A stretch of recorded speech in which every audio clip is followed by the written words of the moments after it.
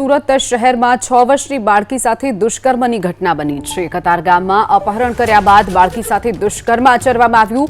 રાત્રિ દરમિયાન બાળકીનું અપહરણ કરી અને દુષ્કર્મ આચર્યાનો આરોપ લાગ્યો છે। બાળકીને સારવાર માટે હાલ હોસ્પિટલમાં ખસેડવામાં આવી છે।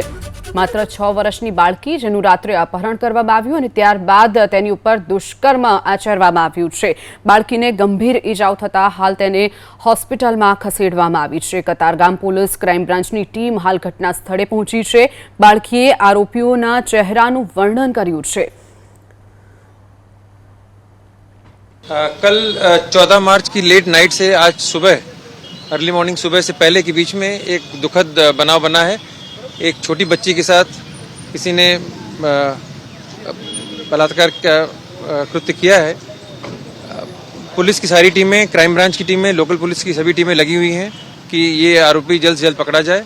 जो प्राथमिक अभी पता लगा है, बच्ची की मां ने यही बताया कि उसको ले गए थे, उसको कोई ले गया, फिर उसको ये गंदा कृत्य करके उसको वापस रख गया है। Human intelligence, CCTV, technical surveillance सब कुछ किया जा रहा है ये जानने के लिए कि वो इंसान कौन था, क्या एक से ज़्यादा थे या सिर्फ एक था। और हमें पूरी उम्मीद है कि हम जल्द से जल्द कोई नतीजे पे पहुँचेंगे।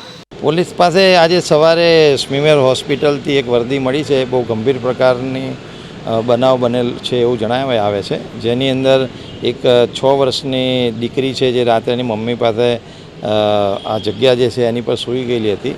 કોઈ અજાણ્યો ઈસમ છે એ છોકરીને ઉપાડીને એની પર સેક્સ્યુઅલ એસોલ્ટ કર્યો હોય એવી પ્રાથમિક માહિતી વર્દીના આધારે જાણવા મળેલ છે। દીકરીને અત્યારે હાલમાં સ્મીમેર હોસ્પિટલ ખાતે એની સારવાર ચાલી રહી છે અને પોલીસ આ અનુસંધાને આ બનાવની જે વર્દી છે એની પોલીસ ગુનો નોંધીને એની કામગીરી અત્યારે તપાસ કરવા જઈ રહી છે।